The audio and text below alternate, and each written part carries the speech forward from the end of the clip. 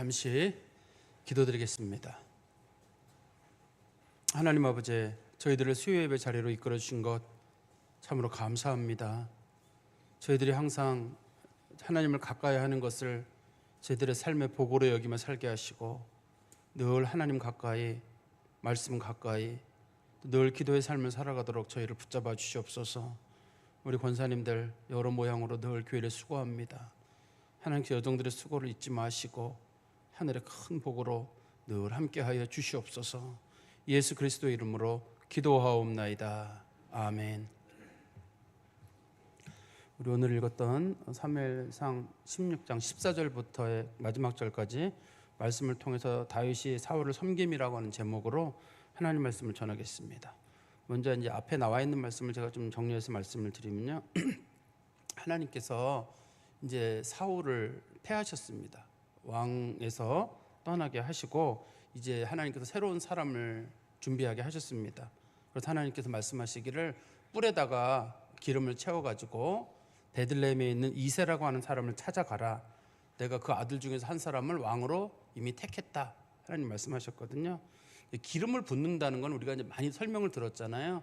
그 사람을 무슨 직분으로 세운다 그런 뜻이지만, 실제로 기름을 붓는다는 말은 하나님께서 그 사람을 이스라엘 백성들에게 선물로 준다는 뜻입니다. 원래 뜻은 직분을 맡긴다는 뜻만 있는 게 아니라 하나님께서 보시기에는 이스라엘 백성들에게 선물로 주는 거기 때문에 귀한 관유를 부어가지고 직분을 세우는 거고, 두 번째는 이제 그 기름 부음을 받은 사람이 하나님으로부터 내가 책임을 느끼고 내가 하나님 일을 감당해야 되겠다는 그런 책임감을 갖도록 하는 게 두 번째예요. 그 기름을 붓는 행위는 그런 두 가지 의미가 있습니다. 그런데 이제 하나님께서 이런 기름 부으라는 말씀을 하셨을 때 사무엘이 반대를 했습니다. 너무 상황이 민감한 상황이라서 자기가 기름을 부으러 가게 되면 분명히 사울이 자기를 죽일 것이다. 당시 분위기가 얼마큼 좋지 않았는지 우리가 이제 짐작을 할 수 있습니다. 근데 하나님께서 말씀하시기를 그러지 말고 가라. 네가 베들레헴으로 갈 때 암송아지를 한 마리 끌고 가가지고 하나님 앞에 화목제를 드린다고 해라. 이거는 속임을 위한 게 아닙니다. 하나님께서 말씀하시는 건 내가 그 제사를 드리는 그 과정 가운데서 그 다윗을 하나님의 왕으로 세우겠다는 하나님의 뜻을 거기에 들어있는 거거든요. 당시의 상황이 얼마나 안 좋았는지 베들레헴에 있는 그 장로들이 사무엘을 보자마자 떨었다고 돼 있어요. 사무엘이 오면 큰일 나는데, 왜냐하면 사무엘이 움직이면 벌써 새로운 왕을 세운다는 게 소문이 나 있었던 것 같아요. 그래가지고 사무엘이 그 동네에 왔다는 것만으로도 베들레헴이 사울 왕에서 다 죽을 수가 있으니까 장로들이 떨면서 무슨 일이십니까? 이렇게 물어보니까 사무엘이 말하기를 좋은 일로 왔다. 나쁜 일로 온 거 아니니까 너무 걱정하지 말아라. 그리고 이제 이새의 식구들을 그 화목제 자리에 이제 초대를 했습니다. 초대를 해가지고 같이 제물을 드리고 난 다음에 사무엘이 이제 그 이새 가족들만 모았어요. 모아놓고 이제 그 자리에서 이새에게 얘기를 했습니다. 네 아들들 한 사람씩 내 앞으로 지나가게 해라. 첫 번째 아들 지나갔는데 너무 키나 용모가 너무 왕 같은 거예요. 사무엘이 이 사람인가 보다 하고 기름을 부으려고 하는 하나님께서 말씀하시기를 사람은 외모를 보거니와 나 여호와는 중심을 본다. 이제 하나님 그런 말씀을 하셨어요. 그래서 제가 지난 시간에도 그 말씀을 드렸는데, 우리는 중심 그러면 하나님은 마음을 보신다. 물론 마음이란 말이 맞습니다. 원래 중심이란 말이 마음이란 뜻이거든요. 원래 뜻은. 그렇지만 다윗이라고 하는 사람이 하나님 보시기에 완벽한 사람은 아닙니다. 하나님 보시기에 의로운 사람, 하나님 마음에 드는 사람은 하나 없어요. 원래 성경에서 의롭다는 말의 뜻은 하나님 마음에 100% 맞는다는 뜻이에요. 하나님 마음에 100% 맞는 사람이 누가 있어요? 예수님밖에 없어요. 다윗의 후손으로 오실 예수 그리스도에 대한 모습을 하나님께서 보시고 이제 다윗 왕가를 통해서 새로운 세대를 만들어 가시는 하나님의 뜻이 들어있기 때문에 하나님 그 다윗을 마음에 드는 사람이라고 하는 거지, 다윗 그 자체 그의 마음, 성품 그런 게 하나님 마음에 똑 들었다. 다윗의 어떤 그런 성품이나 그런 쪽인 요소를 가지고 하는 건 아닙니다. 근데 어떻든 간에 첫 번째 아들, 두 번째, 세 번째, 일곱째까지 다 지나갔는데 하나님께서 아니다. 내가 이 사람들은 택하지 않았다. 이렇게 말씀하셨거든요. 근데 이제 아무도 없어요. 7명 다 지났는데, 사무엘이 그 이새에게 물어보기를 혹시 또 아들이 있느냐? 우리 아들이 하나 있긴 있는데 지금 저 들판에서 양을 치고 있다. 그럼 그 아들 데려와라. 이제 그 아들을 데려왔는데 보니까 얼굴이 붉고 왜 용모적인 부분을 보니까 눈에 빛이 있고 저 사람 참 느껴지는 특별한 어떤 그런 좋은 모습이 그 사람에게 있는 거예요. 근데 하나님께서 마침 말씀하시기를 이 사람이 내가 택한 사람이니까 이 사람에게 기름을 부어라. 그래서 이제 사무엘이 다윗에게 기름을 붓고 이제 왕으로 세운 겁니다. 물론 여기서부터 이제 기름은 부어 주셨지만 그리고 하나님의 영이 그에게 임하시거든요. 그렇지만 다윗이 왕이 되는 데는 상당한 시간이 걸립니다. 사무엘도 마찬가지예요. 사울왕도 기름 부음 받음부터 시작해가지고 왕이 되는 데까지 상당한 시간이 걸렸거든요. 3번의 큰 일이 있고 난 다음에 사울이 왕이 됐는데 다윗도 마찬가지입니다. 기름 부었다고 해가지고 한 번에 왕이 되는 게 아니라 상당한 정도, 적어도 10여 년의 세월이 지난 다음에 이제 왕이 되는 겁니다. 이게. 그런데 이제 어떻든 간에 하나님께서 그 기름을 부으라고 해서 기름을 부었는데 그 순간에 하나님의 영이 그 다윗을 사로잡았다. 성경이 그렇게 설명하고 있거든요. 오늘 본문에 보면은 이제 그 다윗과 사울이 만나는 장면이 있어요. 지금 다윗이 중요한 인물을 만났는데 첫 번째는 사무엘을 만났잖아요. 이제는 사울을 만나야 되거든요. 사울을 만나는 그 중요한 장면이 거기에 이제 기록이 되어 있는데 우리는 그동안 우리가 가지는 선입견이 하나가 있어요. 무슨 얘기냐면 여러분 저 목동 다윗이라고 하는 사람이 있었습니다. 다윗은 양을 돌보는 사람이었습니다. 다윗이 늘 사자 곰을 잡던 그 돌멩이 달 던지던 사람이 어느 날 형들 음식 갖다 주러 그 엘라 골짜기에 갔다가 돌멩이를 던져가지고 골리앗의 이마를 맞췄습니다. 믿음의 사람 다윗이 이겼습니다. 우리 주로 이렇게 들었잖아요. 우리가 생각할 때 뭐냐면 다윗이란 인물은 특별히 뭐 준비된 사람은 아닌데 참 믿음이 좋은 사람이어가지고 골리앗을 보고 다들 두려워하고 있었지만 너는 칼과 창과 단창으로 내게 나오지만 나는 만군의 여호와 이름으로 나간다. 믿음으로 나간 사람은 이겼습니다. 우리가 알고 있는 게 그 얘기란 말이에요. 근데 오늘 본문에 보면 다윗이 준비된 군인이란 얘기가 기록이 돼 있어요. 싸움을 엄청 잘하는 사람이에요. 군인으로서. 그러니까 돌멩이 잘 던지는 거는 그 중에 한 가지 재능인 거고 다윗이 칼도 잘 쓰고 활도 잘 쓰고 창도 잘 쓰는 사람입니다. 잘 쓰는 사람인데 거기다 돌멩이까지 잘 던지는. 왜 돌멩이를 던지냐면 그 골리앗하고 싸울 때 창과 칼과 가지고 갈 수가 없어요. 갈 수가 없으니까 그 사람은 멀리서 우리로 말하면 이제 저격수가 총으로 쏘듯이 멀리서 있는 적을 잡으려면 어떻게 잡아요? 저격수가 이렇게 총으로 쏴 잡아야 될 거 아니에요. 그런 것처럼 다윗이 돌멩이를 던지는 전술을 택해가지고 이제 골리앗을 죽이는 거예요. 근데 다시 말씀드리면 우리들의 그 머릿속에 선입견에 남아있는 건 그래도 다윗은 그냥 목동으로서 양치다가 갑자기 불려 나와가지고 돌멩이 확 던져가지고 골리앗을 잡았다 이렇게 알고 있는데 그 내용과 좀 다른 얘기가 다윗이라고 하는 사람이 준비된 사람이라는 내용이 오늘 본문에 기록이 되어 있는 겁니다. 우리가 그 부분을 좀 보면서 말씀을 좀 보길 바랍니다. 우리 14절 말씀해 보세요. 여호와의 영이 사울에게서 떠나고 여호와께서 부리시는 악령이 그를 번뇌하게 한지라. 여기 보면은 이제 표현이 이렇게 표현되어 있잖아요. 여호와의 영이 하나가 나오고 여호와께서 부리시는 악령이라는 표현이 나와요. 여기서부터는 마귀든 혹은 뭐 사탄이든 악령이든 간에 다 하나님이 사용하시는 거예요.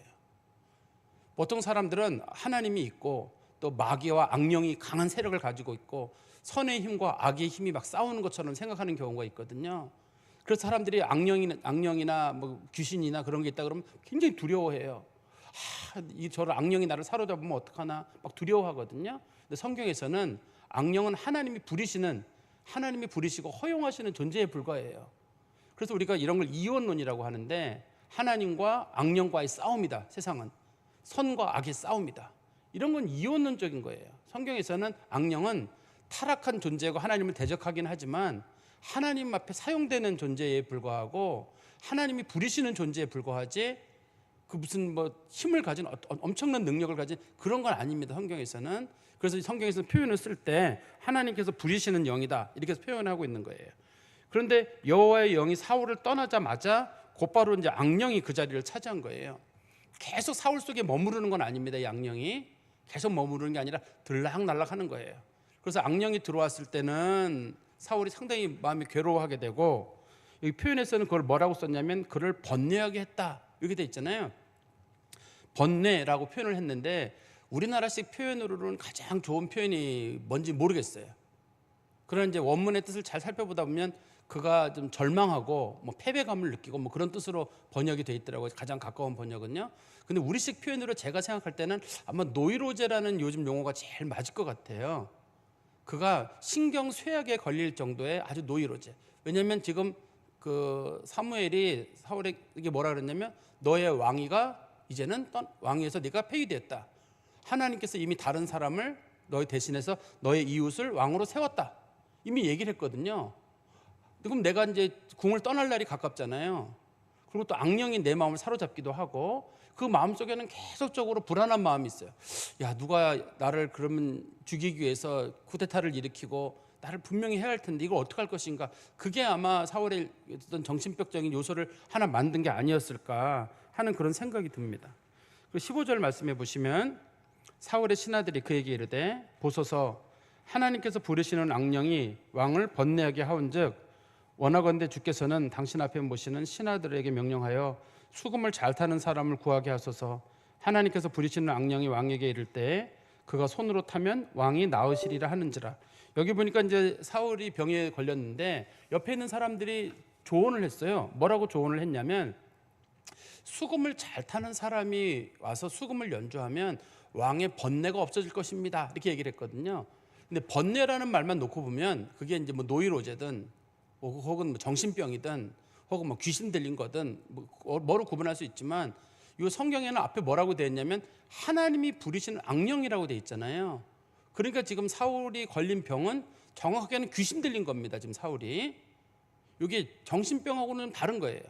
정신병하고 귀신 들린 건 차이점은 정신병은 신경이 쇠약해져 있는 상태를 말하는 거고 귀신 들리는 거는 악령이 그 사람 속에 들어가는 거예요. 그래서 이제 악령에 들린 사람에게는 우리가 기도한다든지 혹은 우리가 찬양을 부른다든지 그러면 악령이 걸린 사람들이 굉장히 괴로워해요. 악령이 걸린 사람들은. 그리고 악령에 들린 사람들은 힘이 굉장히 셉니다. 사람들이 사람이 손으로 묶어놔도 뭐 쇠에다 묶어놔도 끊고 갈 정도로 상당히 힘이 세거든요. 그렇지만 정신병 걸린 사람은 꼭 그런 건 아니에요. 정신병은 신경 쇠약 상태에 있는 경우 있거든요. 그런데 이게 이제 헷갈리는 경우도 있겠죠. 보통의 경우 이제 그 악령에 들리는 경우는 어떤 경우냐면 사람이 마음이 아주 절망 가운데 있거나 아주 우울하거나 누구를 아주 미워하는 마음이 있을 때가 있어요. 그때 이제 악령이 일반적으로 들어간다고 알려져 있어요. 그러니까 내 스스로가 너무 충격적인 사건이 있어가지고 마음을 추스리고 싶지 않고 정신을 놔버리는 거예요. 그 순간에 악령이 싹 들어가는 경우도 있을 수가 있고 내가 누구를 너무 미워해요. 그때 그 강한 분노감이 있을 때 악령이 들어가가지고 그 분노를 살인이나 뭔가 행동을 취하도록 만드는 그런 일을 할 수도 있고 여러 가지가 있습니다만 어떻든 악령 들린 것과 정신병은 구분이 되는데 여기서는 정신병은 아닙니다. 엄밀하게는 정신병은 아니고 하나님이 부리시는 악령이 그 속에 들어가서 일어나는 일이기 때문에 요거는 귀신 들린 사건하고 똑같다고 보시면 될 것 같아요. 근데 사울의 신하들이 수금을 연주하는 사람을 부르자고 했는데 그럼 우리가 생각할 때는 악령 들린 사람을 치료하는 방법은 음악 치료구나. 제가 어떤 주석책을 보니까 그 책에서 그렇게 돼 있더라고요. 지금 마음에 어떤 사람이 이렇게 귀신 들리거나 악령 있는 사람들이 있으면 좋은 음악을 틀어줘서 그 사람이 음악으로 마음의 치료를 받도록 해야 된다. 그래서 제가 그분이 이제 처음에만 그 유명한 분입니다. 그분이 혼자서만 쓴 게 아니라 여러 사람의 주석을 참조했는데 대부분의 주석들이 그걸 음악 치료라는 쪽으로 무게를 많이 뒀어요. 왜냐하면 이 사람들은 생각하기를 분명히 얘기하기를 수금을 잘 타는 사람을 데려와서 수금을 연주하면 그 사람이 병이 나을 것이다. 이렇게 이제 얘기를 한 거란 말이에요.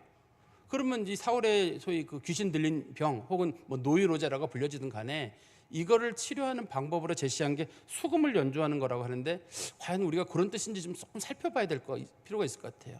그러면 귀신 들린 사람이나 혹은 악령 들린 사람이 있으면 그 사람한테 우리가 혹은 뭐 정신병 걸린 사람에서 음악 틀어주면 되잖아요. 근데 그렇게 성경을 보기는 어려울 것 같아요. 조금 우리가 옆으로 보면 이 수금이라는 말 있잖아요. 수금이라는 말이 요즘 우리식 용어로 이제 하프와 같은 악기예요. 하프와 같은 악기인데 수금이라는 말이 히브리어로 키노르라고 해요. 이걸 키노르라고 하는데 키노르라는 말을 구약 성경에서는 긴네렛이라고도 부르고 신약 성경에서는 이걸 게네사렛이라고 불러요. 긴네렛, 그다음에 게네사렛. 이것이 갈릴리 호수의 다른 이름이에요. 갈릴리 호수의 모양이 꼭 마치 하프처럼 생겼기 때문에 요즘 우리가 보고 있는 그 하프랑은 좀 다릅니다. 모양이. 그렇지만 항아리처럼 생긴 거예요. 하프가요. 그렇게 생겼는데 똑같이 생겼기 때문에 사람들이 저걸 이제 그 긴네렛 혹은 게네사렛이라고 불렀으니까 우리가 그러면 옛날에 그 하프가 어떻게 생겼느냐, 위에서 찍어가지고 보면 될 거 아니에요. 갈릴리 호수를 위에서 찍은 장면을 보면 하프처럼 생겼거든요. 이게 그렇기 때문에 사람들이 그 이름을 긴네렛이나 혹은 게네사렛이라고 이름을 불렀습니다, 당시에. 그런데 이 수금을 연주하는 사람들을 우리는 음악 치료하는 사람들이라고 보기보다는 좀 다른 차원에서 보는 게 필요한데요. 우리 한번 보세요. 사무엘상 10장 5절에 한번 보세요. 사무엘상 10장 5절에 사무엘상 10장 5절입니다. 그 후에 내가 하나님의 산에 이르리니 그곳에는 블레셋 사람들이 영문이 있느니라. 내가 그리로 가서 그 성읍으로 들어갈 때에 선지자의 무리가 산당에서부터 비파와 소고와 저와 수금을 앞세우고 예언하며 내려오는 것을 만날 것이다. 이렇게 되어 있거든요. 지금 여기 보니까 선지자의 무리가 연주하는 악기가 있어요. 당시 선지자들이 찬양으로 하나님을 섬기고 있었단 말이에요. 옛날부터 하나님을 섬길 때 악기를 사용했는데 그 악기 중에 비파는 이제 수금보다 좀 달라요. 줄이 많아요.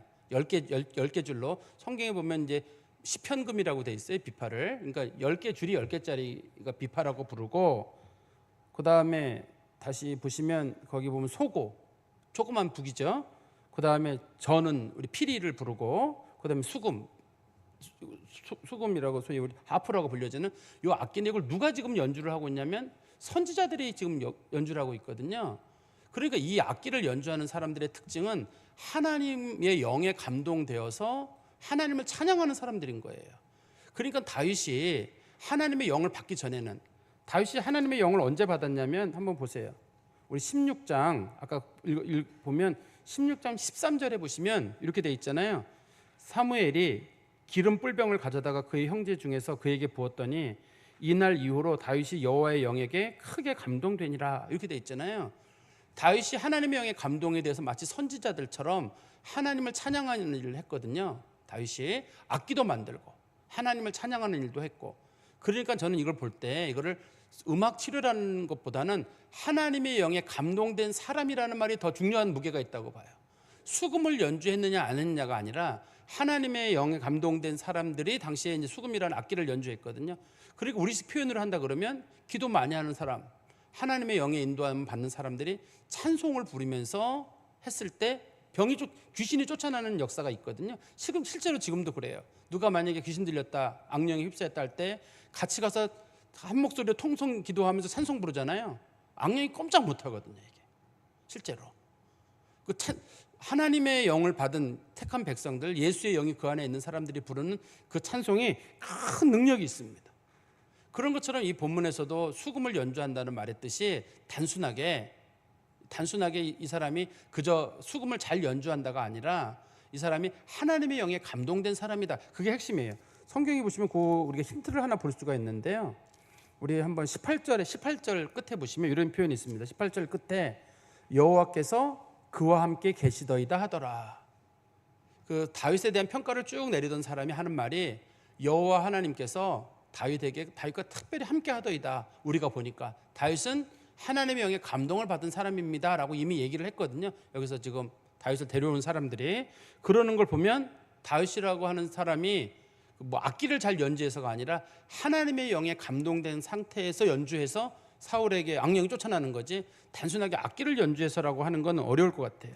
그래서 그 신하 중에 누가 하나가 말하기를 수금 잘 타는 사람을 데려오면 그 사람이 고쳐준다라고 하니까 그러면 그 사람을 데려오라고 합니다. 17절에 사울이 신하에게 이르되 나를 위하여 잘 타는 사람을 구하여 내게로 데려오라 하니, 수금 잘 타는 사람을 구하라는 거예요. 백방으로 소문 내가지고 도대체 이 동네에 수금 잘 타는 사람, 그 전제가 있습니다. 수금 잘 타는 사람이란 하나님의 영에 감동되어서 연주하는 사람이란 뜻이에요. 그 사람 찾아오라고 한 거예요. 그래서 그 사람을 찾았습니다. 18절에 보시면 소년 중 한 사람이, 소년이란 말은 이 성경에서는 사울왕의 경호원 혹은 사울왕의 측근에 있는 사람이란 뜻이에요. 신복 중에 한 사람인데 그 중에 한 사람이 대답하여 이르되 내가 베들레헴 사람 이새의 아들을 본즉 수금을 탈 줄 알고 용기와 무용과 구변이 있는 준수한 자라.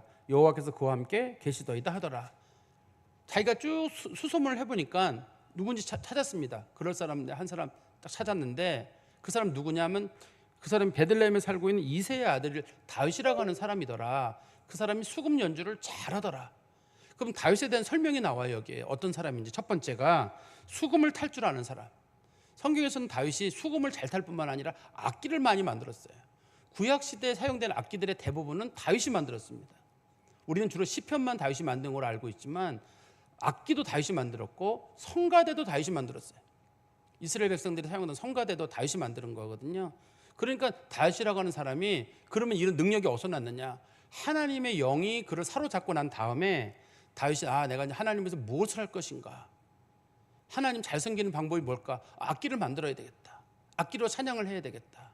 이런 식으로 생각해서 다윗이 이제 수금도 자기가 개인적으로 만들었겠지. 수금을 어디 가게에 가가지고 혹시 여기 뭐 수금 파는 가게 있습니까? 혹시 뭐 어느 회사 출신의 어느 회사에서 판매되는 수금 있습니까? 이런 게 아니잖아요. 옛날 사람들은 수금 대충 그 나무 휘어가지고 아니면 동물 뼈를 이용해서 만들었을 거거든요. 수작업으로 만들었을 겁니다. 완전 수제품으로 다윗이 만들었을 거거든요. 그러니까 다윗이 이 수금을 잘 연주하려면 자기가 만들어야지 어서 판매하는 건 아닐 거예요. 자기가 만들고 또 연주할 수 있는 사람이었고, 그 다음에 용기가 있는 사람이었다. 용기가 있는 사람이란 말은 사람 보니까 아주 씩씩하고 호탕한 사람이란 뜻이에요. 딱 만났는데 시원시원한 거예요. 말하는 거나 행동하는 거나 사람들이 느껴지는 게 저 사람 참 씩씩하고 호탕한 사람이구나, 그런 게 느껴졌고, 그 다음에 뒤에 보시면 무용이라는 말이 나오잖아요. 무용이라는 말의 뜻은 그 싸울 줄 아는 능력 있는 사람이라는 뜻이에요. 뭐 무용하는 춤을 춘다는 뜻이 아니라 우리 저 사람 용맹하다. 그런데 무기를 잘 다루면서 용맹한 사람을 무용이라고 하거든요, 한문으로. 그러니까 이 사람이 잘 준비된 군인인 거예요. 근데 우리가 알고 있기로 분명히 하나님의 영의 기름 부음을 받기 전에는 뭐였냐면 다윗은 그냥 양치기였어요. 근데 불과 얼마 만에 만났는데 완전 다른 사람이 되어 있는 거예요. 수금을 연주하지 못하던 사람이 수금을 연주하게 되고, 그 다음에 씩씩하고 호방한 사람이 되어 있는 거예요. 그리고 잘 훈련된 군인이 돼. 그래서 제가 처음에 말씀드렸잖아요. 다윗이 그냥 돌멩이 잘 던지는 그런 평범한 목동이 아닙니다. 다윗은 준비된 군인이에요. 하나님의 영에 감동된 특별한 군인입니다, 이 사람이. 그리고 구변이 있는 사람. 말을 잘한다는 뜻인데, 구변이 있다는 말이 말을 잘한다는 뜻인데, 말 한마디 한마디 속에 아주 특별한 능력, 말에 힘이 있는 사람이라는 뜻이에요. 우리가 다윗이 그 골리앗하고 싸울 때 했던 말 중에 이런 말씀 있죠. 사무엘상 17장 45절에 보세요. 여러분 잘 하시는 말씀인데, 사무엘상 17장 45절에 보면 다윗이 블레셋 사람에게 이르되, 당시 그 골리앗이죠. 너는 칼과 창과 단창으로 내게 나오거니와 나는 만군의 여호와의 이름 곧 내가 모욕하는 이스라엘 군대 하나님의 이름으로 내게 나아가노라. 그 무서운 순간에도 얼마나 말을 잘하는지 기세, 그 상대편의 그 기세를 제압할 수 있는 능력이 있는 거거든요. 여기서 구변이 있다는 말의 뜻은 말 잘하고 뭐 농담하고 뭐 어디 가서 히덕거리고 그런 얘기를 했다는 게 아니라 말 한마디 한마디가 얼마나 말에 힘이 있는지 적을 제압하는 거거든요, 이게. 야, 너는 칼과 창과 단검으로 나온다? 나는 만군의 여호와 이름으로 나간다. 한번 붙어보자. 이게 열 몇 살 된 다윗이 하는 건데 쉽지가 않잖아요. 하나님께서 그에게 말의 능력도 준 거예요. 왕이 되는 준비를 좀 갖춰주는 겁니다. 그리고 성경에 보니까 준수한 사람이다. 준수한 사람이란 말이 여기서는 잘생겼다는 의미가 아니라 딱 외모를 봤을 때도 저는 영적인 외모가 느껴진다는 뜻이에요. 외모에서 느껴지는 그런 좀 강인한 모습이 느껴지는데, 맨 마지막에 이렇게 되어 있습니다. 여호와께서 그와 함께 계시더이다. 이게 다윗이라는 인물의 최고의 장점이에요. 하나님이 그와 함께 계시다. 이게 핵심이에요. 수금을 잘 연주했다는 말도 이 사람이 하나님의 영의 감동을 받았다는 뜻이고, 이 사람이 지금 이렇게 변화된 것도 하나님의 역사가 그에게 있던 거예요. 그러니까 이런 일이 있기 전에는 다윗은 그냥 평범한 그냥 목동이에요. 그래서 아버지도 생각하기를 저 사무엘이 불렀을 때 아들을 부를 필요가 없어요. 그냥 목동이거든요. 근데 하나님의 영에 사로잡히고 난 다음부터는 이 사람이 다른 사람이 돼버렸어요. 하나님께서 그 사람을 용사로 만드신 거예요. 하나님께서 하나님이 쓰시려고 지금 다윗을 만들어가는 과정입니다. 그러니까 하나님의 기름 부음을 받기 전에는 그냥 목동으로 불려준 사람인데, 그리고 그냥 뭐 좀 말 좀 할 줄 아는 그런 사람이었는데, 하나님께서 그 사람을 하나님이 쓰시기 편한 사람으로 그새 만들어 놓은 거예요. 이 성경의 모습을 보면. 그러니까 우리도 간혹 사람들을 볼 때 저 사람 저 일 할 수 있을까 싶은데, 직분 주고 또 하다 보면 하나님께서 해요. 우리가 생각할 때는 저거 어린 것들이 뭐 할 수 있냐 그랬는데 그 어린 것들이 얼마 되면 늙은 것들이 돼요. 우리가 되는 거예요. 얼마 지나고 나면 늙은 것도 되고 저게 일할까 싶은데 더 잘해요. 그 하나님께 그 직분들 받고 뭐 하다 보면은 더 우리가 한편 마음이 걱정될 때는 다음 세대들은 어떻게 될까? 세울 사람이 없는데. 근데 우리가 또 사람들을 투표를 통해서나 여러 가지 과정을 통해 사람들을 세우다 보면 그 사람들이 그 일을 해요. 하나님께서 바꾸시고 하나님이 만들어가는 거지. 그게 이제 하나님의 역사고 성령의 역사라고 우리가 봐야 되겠죠. 그리고 19절 말씀해 보시면 사울이 이에 전령들을 이새에게 보내 이르되 양치는 내 아들 다윗을 내게로 보내라 하며. 이제 그 소개를 받았잖아요. 자기 그 신복에게 소개를 받았으니까 이새에게 연락을 해가지고 자, 네 아들 나한테 보내라. 나를 좀 돕고 수금을 연주할 수 있도록 해라. 그걸 보낸 거예요. 그랬더니만 사울이 그때 뭐를 보냈냐면 여기 보시면 20절에 보시면 이새가 사울에게 뭘 보냈냐면 떡과 한 가죽 부대의 포도주와 염소 새끼를 나귀에 실리고 그의 아들 다윗을 시켜 사울에게 보내니. 이렇게 많이 보낸 거, 떡과 포도주와 염소 새끼를 나귀에 실어 보낸 이유는 첫 번째는 선물입니다. 이게 왕에게 보내는 선물이에요. 선물을 보내가지고 자기 아들이 거기서 좀 대접을 받을 수 있도록. 두 번째는 자기 아들을 불러준 거에 대한 감사죠. 여기서 만약에 선물을 안 보내잖아요. 그러면 그 이새가 그 사울에게 적대적이라는 뜻이에요. 그렇기 때문에 선물을 많이 보내는 이유는 지금 사울이라고 하는 인물은 모든 사람에게 지금 적대적입니다. 다 적대적이에요. 왜냐하면 누가 내 뒤를 나를 치고 왕이 될지 모르기 때문에 어떤 사람도 못 믿는 거예요. 그때 이새가 우리는 당신에게 호의적이다. 적대적이지 않다. 우리는 의심하지 마라. 하면서 자기 아들을 보내면서 최대한의 선물을 많이 보낼 때 그걸 받고 나서 사울이 마음속에 편해지는 거예요. 이새도 지혜가 있죠. 그냥 우리 아들 쓰십시오. 그리고 뭐 월급 얼마 주십시오 이렇게 하는 게 아니라 당시에 그 사람들은 월급이 특별히 없잖아요. 그러니까 이제 그냥 가서 그냥 무료 봉사를 하는 겁니다. 그럴 때 그 아버지가 선물을 보내면서 하는 말이 우리는 당신에게 적대적이지 않다. 이제 이거를 표현하려고 해서 보낸 겁니다. 지금 의심이 워낙 많은 사람이기 때문에요. 그런데 우리가 성경 말씀을 읽어보다 보면 조금 이해가 안 되는 구절이 하나가 있어요. 한번 보세요. 20절에 이새가 떡과 첫 번째는 떡이죠. 두 번째는 한 가죽 부대의 포도주와 염소 새끼를 나귀에 실리고 나귀에 세 가지를 실었다고 되어 있거든요. 한번 보세요. 떡 실은 건 이해가 되죠. 한 가죽 부대에 포도주 실은 것도 이해가 되죠. 근데 염소 새끼를 나귀에 실었다는 거는 왠지 좀 이해가 되세요, 여러분들은? 머릿속에 맞아. 염소 한 마리가 나귀에 탁 올라가고 그다음에 이 떡도 한 덩어리가 거기 올라가고 그다음에 포도주도 한 부대. 포도주랑 그런 건 되는데 염소까지 나귀에 싣고 가는 건 좀 그렇지 않아요? 우리가 생각할 때 염소는 끌고 갔다. 이렇게 해야지. 어떤 분들은 상상력이 좋은 분들은 염소를 잡아가지고 염소 고기를 싣고 갔다. 당시에 더운 나라라 쉽게 부패가 되기 때문에 그렇게 안 되고 옛날에는 센 거를 가져가야 되거든요. 가서 잡을 수 있도록 살아있는 걸 가져가야 돼요. 살아있는 걸 가져가려면 염소 새끼를 끌고 가야 되거든요. 그러면 염소 새끼를 끌고 갔다고 해야 되는데 이거를 염소 새끼를 끌고 갔다고 하지 않고 이거를 뭐라고 했냐면 염소 새끼를 나귀에 싣고 갔다고 돼 있어요. 그래서 이 본문에 대한 해석이 두 가지가 있습니다. 한 가지는 뭐냐면 지금 우리가 본 것처럼 개정 개혁판에 나오는 것처럼 보낸 선물이 세 가지 다시 보세요. 떡하고 한 가죽 부대의 포도주하고 그다음에 염소 새끼 이 세 가지를 어디다 실었냐면 나귀에 실어서 보낸 거예요. 나귀 위에다가 이 세 가지를 실어서 보낸 게 선물이다 이런 뜻인데 그런데 또 한 가지는 그 떡을 보냈다고 할 때 떡이라는 말이 우리나라 말로 떡이라고 돼 있잖아요. 떡이라는 말이 돼 있는데 떡이라는 말이 히브리어로 뭐라고 돼 있냐면 그걸 호메르 떡은 우리가 레헴이라고 하잖아요. 베들레헴 할 때 레헴이라고 부르잖아요. 그 히브리어로는 호메르 레헴이라고 돼 있어요.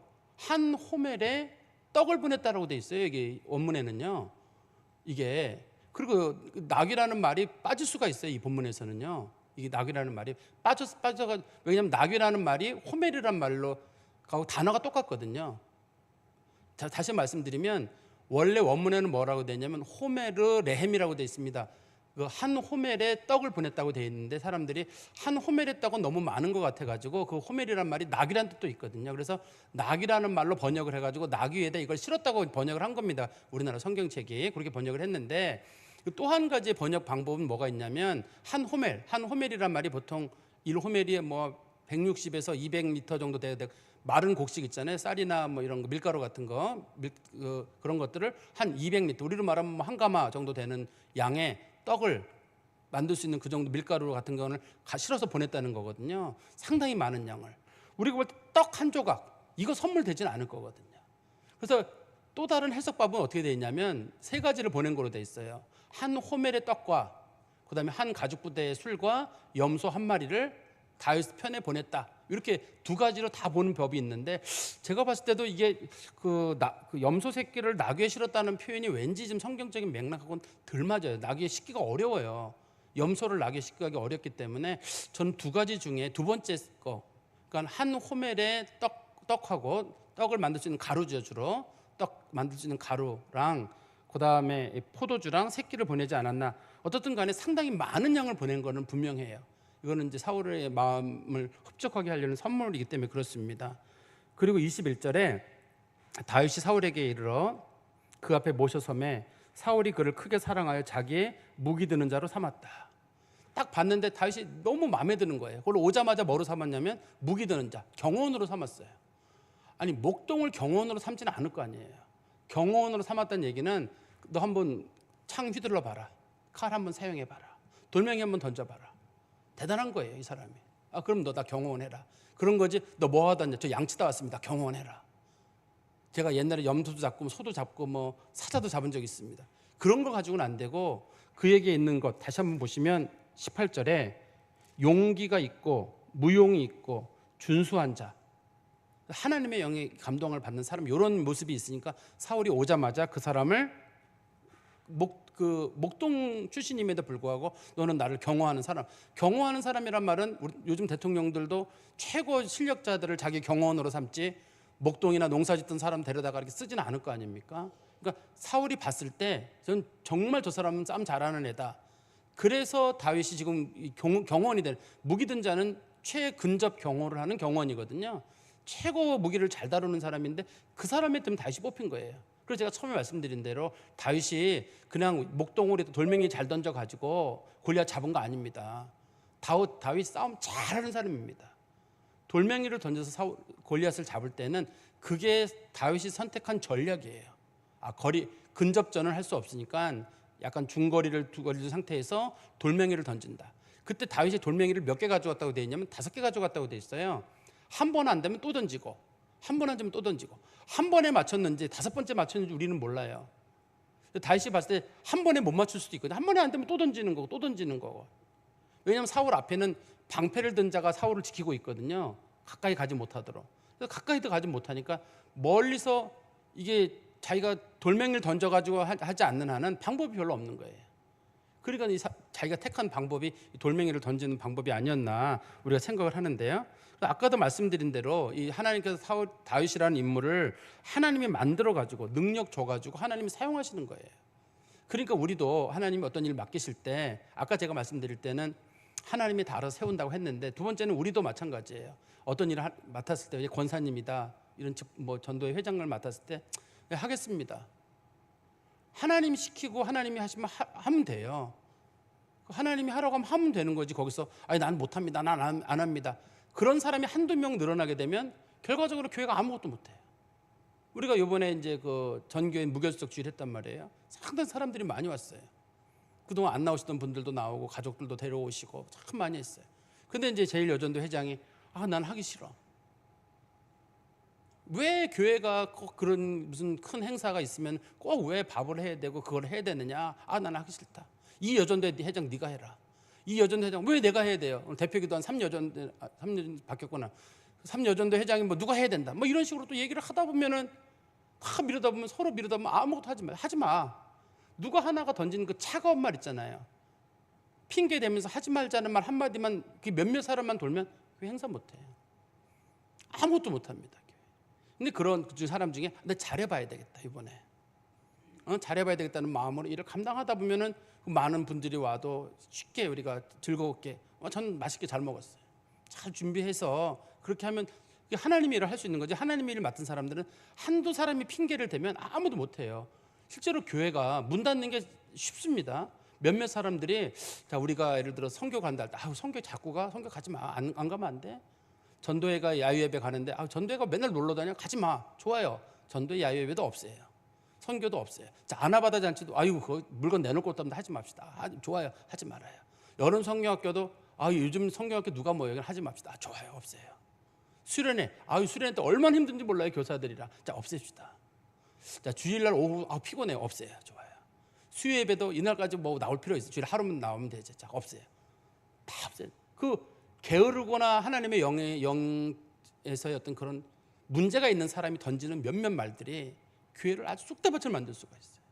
그래서 말 한마디 한마디를 조심해야 되고 그 말을 하는 사람들은 자기가 책임을 져야 되는 거예요. 만약에 우리 교회가 뭘 하지 않는다, 선교를 하지 않는다, 좋아요. 그러면 어떻게 앞으로 교회를 이끌어 갈 것인지, 선교를 하지 않아도 될 만큼의 그 사람이 내가 교회에 대한 부흥에 대한 책임을 가지고 목사님 선교하지 말고 이거 한번 해봅시다. 이거 내가 전적으로 돕겠습니다. 그런 사람들은 한번 이쪽 방향을 해봅시다. 이렇게 하면 돼요. 근데 그러지 말고 왜 우리는 이런 선교를 하느냐? 이렇게 합시다. 좋아요. 한번 힘을 내서 한번 해봐야 되는 거지. 뭐 선교도 그렇고 또 음식 만드는 것도 그렇고 뭐도 그렇게 시작하면은 그 차가운 말 사람들 맥 빠지게 하는 말 몇 마디 있잖아요. 맛없어. 예를 들어 이번에 음식 하나 만들었는데 누구 하나가 집에 갔는데 음식 맛없었다. 그 한마디로 그냥 김이 쭉 빠질걸요. 힘이. 내가 다시는 하나 봐라 내가. 이런 마음이 생길 거예요. 지나가는 사람들 잘 먹었습니다. 수고했습니다. 그럼 지난번에 보니까 제가 오후 예배 때 이 얘기를 하려고 그랬는데 보니까 안 들어왔더라고. 설거지 하는지. 진짜 수고했던 분들이 못 들어왔어요. 설거지하고 정리하는 것 같아. 못 들어온 것 같아. 그만큼 수고했는데 누군가가 왜 국물이 이래? 왜 무가 왜 이래? 쇠고기가 뭐 수영한 거야 뭐야 뭐. 이런 식으로 몇몇 가지가 해버리면 기분이 확 잡쳐버려요. 일 못합니다. 그러니까 은혜로운 말들을 하고 그 일 할 수 있도록 감당할 수 있도록 도와주고 그런 말들을 해야 되는 거예요. 전 다윗이라는 인물을 하나님이 세우셔서 일을 하는 거지만 다윗이라는 인물이 또 그만큼 합당하게 자기가 충성된 모습을 보이는 거잖아요. 하나님이 세우셨는데 충성된 모습을 보이지 않는 사람들, 직분을 맡은 사람들이 그걸 안 하게 되면서 불평, 불만을 내고 내가 조금 힘들면 남들도 안 했으면 하고 바라고 그러다가 교회가 큰 어려움에 놓이게 되고 목회자들이 그걸 강제로 끌고 가려고 하다 보면은 우리 목사님은 왜 저렇게 교회를 끌고 가려고 하냐고 또 그런 우리가 보면은 마귀 역할밖에 더 되겠어요. 교회 일에서. 근데 우리가 마귀 역할은 적어도 하지 말아야 되는 건 아닌가 하는 생각이 듭니다. 그리고 우리 22절에 또 사울이 이새에게 사람을 보내어 이르되 원하건대 다윗을 내 앞에 모셔서게 하라. 그가 내게 은총을 얻었느니라 하니라. 이제 두 번째로 그 사울이 다윗의 아버지 이새에게 사람을 보냈어요. 처음에는 잠깐 와서 수금 연주하는 거로 다윗을 쓰려고 했는데 사람이 너무 좋은 거예요. 은총을 입었다는 말은 사랑을 받고 또 그의 실력이 인정받았다는 거잖아요. 이번에는 정식으로 임명하는 거예요. 처음에는 잠깐 와서만 하려고 했는데 다윗이 사울을 섬기는 동안의 그 성실함과 충성된 모습을 보고 나서 다윗이 이제 거기서 사울에게 인정을 받고 정식적으로 임명이 됐습니다.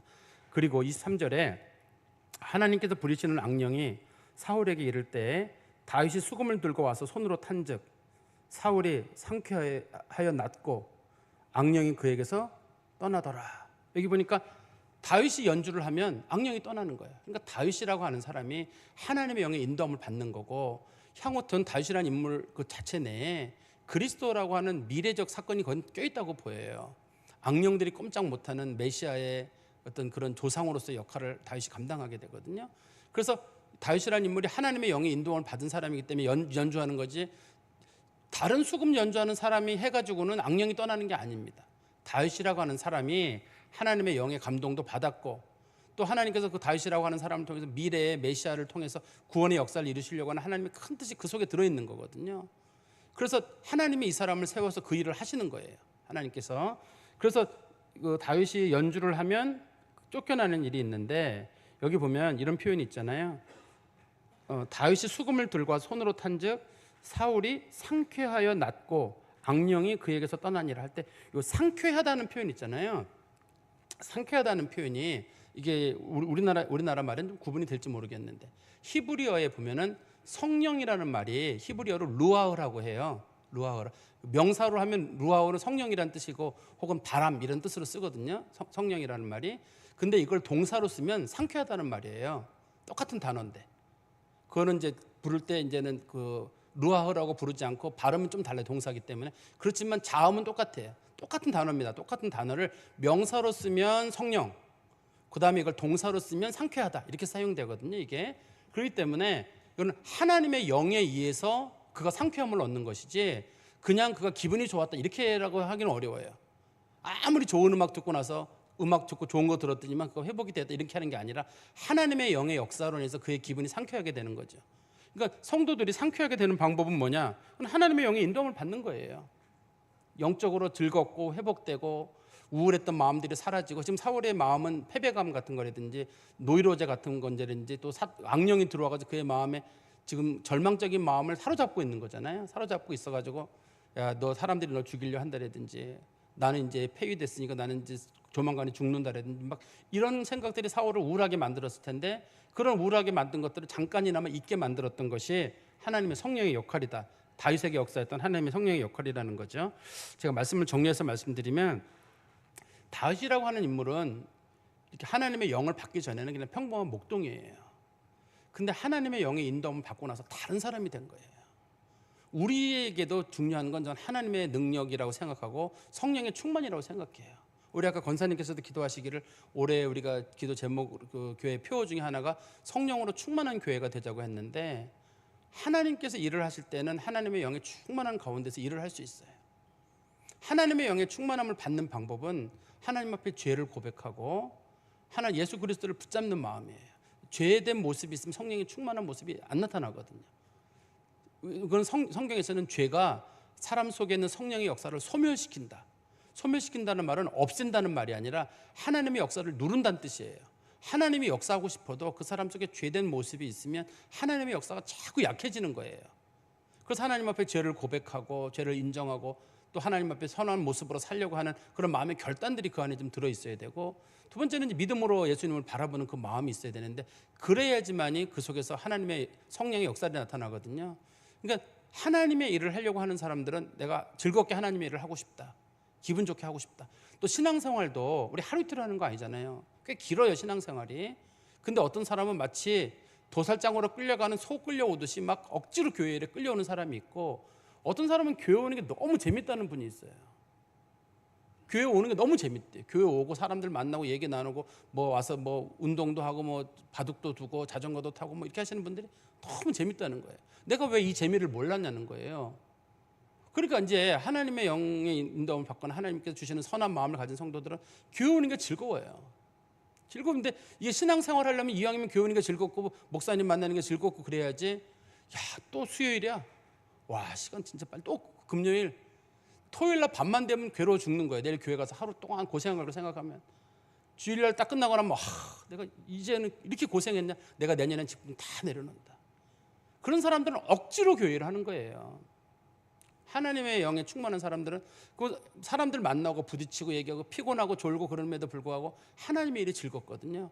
지금 우리의 한국교회의 문제점은 이 영적인 충만함이 사라진 게 하나의 문제점이고 두 번째는 그 성도들이 여러 가지 일론에 지쳐있는 탈진이라고 하는 문제가 두 개가 같이 겹쳐 있어요. 같이 겹쳐 있는데 지금 사람들은 성령의 역사, 충만 이 부분은 빠져버리고 주로 탈진이라는 말에만 무게를 둬가지고 교회 일 시키지 마라. 가끔 유튜브 같은 데 보면 어떤 목사님들이 교회 봉사하지 마십시오. 여러분들이 진짜 교회를 사랑한다면 헌금하지 마십시오. 이런 거를 가르치는데 조회수가 많아요. 한 10만회, 20만회 돼요. 우리 교회는 조회수가 기껏해야 뭐 몇백 명밖에 안 되잖아요. 조회수가 몇십만 회 돼요. 11조 하나님의 뜻이 아닙니다. 10만 회. 교회 봉사하지 마십시오. 하나님의 뜻입니다. 이런 거. 교회는 즐겁게 다니는 거지 봉사하지 마십시오. 봉사를 요구하는 교회 가지 마십시오. 뭐 이렇게 많은 분들이 글을 올리는 거예요. 그건 이제 하나님의 영을 거스르는 것들 아니겠어요? 한번 생각해 보세요. 언젠가 우리는 하나님 섬기는 게 즐거웠던 날들이 있어요. 근데 언제부턴가는 그냥 겨우겨우 끌려오는 사람들이 있거든요. 하나님 말씀을 듣고 또 수요예배도 그래요. 어떤 사람들은 설교 와가지고 들으면서 참 내가 참 재밌다 이렇게 설교 말씀을 들으면서 은혜 받고 가는 사람들이 있고 아니 거기서 히브리어는 왜 얘기를 해? 내가 히브리어 언제 배웠다고. 한국말도 기억을 못하는데 거기서 상쾌면 어떻고 영이면 어떻고 그게 무슨 한 마리면 어떻고 두 마리면 어떻고 떡이면 어떻고 떡이 아니면 어떻고 그게 무슨 상관이야. 그냥 믿음으로 살라고 한마디만 하면 되지. 이렇게 하고 이게 하면은 아무것도 배우는 게 없어요. 아, 이거 이런 뜻이구나 한번 적어놨다가 나중에 보다 보면 아, 이게 하나님 말씀이 이해가 되고, 하나님 말씀은 아는 만큼 들립니다. 이게 내가 성경을 많이 읽는 분들은 제가 설명하는 내용들이 너무 궁금했던 것들이 너무 많기 때문에 이게 쏙쏙 들어와요. 근데 성경을 잘 안 보는 분들은 참 지루할 수가 있어요. 우리가 성경 말씀을 좀 그런 마음으로 대하기를 바라고, 두 번째는 하나님은 준비하신 하나님이신 것 같아요. 다윗이 나중에 왕이 되잖아요. 궁궐 문화를 잘 알아요. 이미 군사적으로 훈련도 돼 있었지만 사울을 섬기면서 궁궐에 살았잖아요. 오랫동안 다 준비가, 어떤 왕이 부족한지, 어떤 모습을 해야지 하나님이 좋아하시는지 하나님께서 다윗을 기묘한 방법으로 준비하시는 거예요. 하나님께서 다윗을 준비하셔가지고 나중에 왕으로 세우시는. 그런데 나중에 사울은 자기 이웃이 이 사람인지는 나중에 알게 되잖아요. 28장 이후에 가서 알게 되거든요. 그때 알게 돼. 아, 이 사람이 그 사람이구나. 지금은 모르거든요. 하나님께서 준비하시거든요. 하나님께서는 어떤 일을 하실 때 준비하시는데, 하나님께서 우리를 어느 직장이든 어느 자리로 보내실 때 그 속에서 하나님께서 뭔가 미래를 준비하게 하신다는 뜻인 줄 알고 성실하게 하는 거예요. 그래서 다윗이 성실하게 사울을 섬기니까 사울이 보고 나서 아버지한테 연락을 해가지고 이 사람 정식으로 쓰겠습니다. 그동안은 다윗이 인턴이었어요. 잠깐 와서 봉사하는 거였거든요. 악기 잠깐 연주해주고 가는 거였는데 하는 모습 보니까 쓰고 싶은 거예요. 사용을 해가지고 궁궐에 머무르게 되고 나중에 사위가 되고, 그 사울왕의 사위가 되잖아요. 그리고 이제 그 인생이 다른 방향으로, 물론 고난도 겪습니다만 준비해 주시는 하나님의 은혜가 있어요. 전 우리 교회 성도님들께서 하나님이 주신 기회들을 잘 선용하고 어디서든지 성령 충만해지고 하나님의 인도함을 받으면 하나님께서 다 나머지는 준비하시는 일입니다. 우리가 하나님의 성령 가운데 이끌림을 받는 성도 되시기를 간절히 소망합니다. 기도하겠습니다. 하나님 아버지, 주님께 감사합니다. 저희들이 주의 말씀을 늘 마음에 두게 하시고, 하나님께서 부족한 다윗을 세우시기 위해 하나님의 영을 부으셔서 하나님이 쓰기 편한 사람으로 만드시는 것을 저희들이 말씀에서 본 것처럼, 저희가 하나님의 일을 하면 하나님께서 반드시 저희들을 세우시고 또 그런 사람으로 저희를 만들어 가신다고 하신 줄 아오니, 하나님 아버지, 힘이 없다 핑계치 않게 하시고 즐겨 주의를 잘 감당하여서 하나님을 기쁘시게 하는 믿음의 사람들 되게 하여 주시옵소서. 또한 저희들이 어느 때보다도 교회 일에 멀어져 있고 쉽게 사람들이 지쳐가는 시대입니다. 필요한 것이 하나님의 성령의 충만함인 줄 아오니 하나님께서 저희 가운데 성령의 충만함을 허락해 주셔서 주의 영 가운데 주의 일을 감당하게 하여 주시옵소서. 예수 그리스도의 이름으로 기도하옵나이다. 아멘.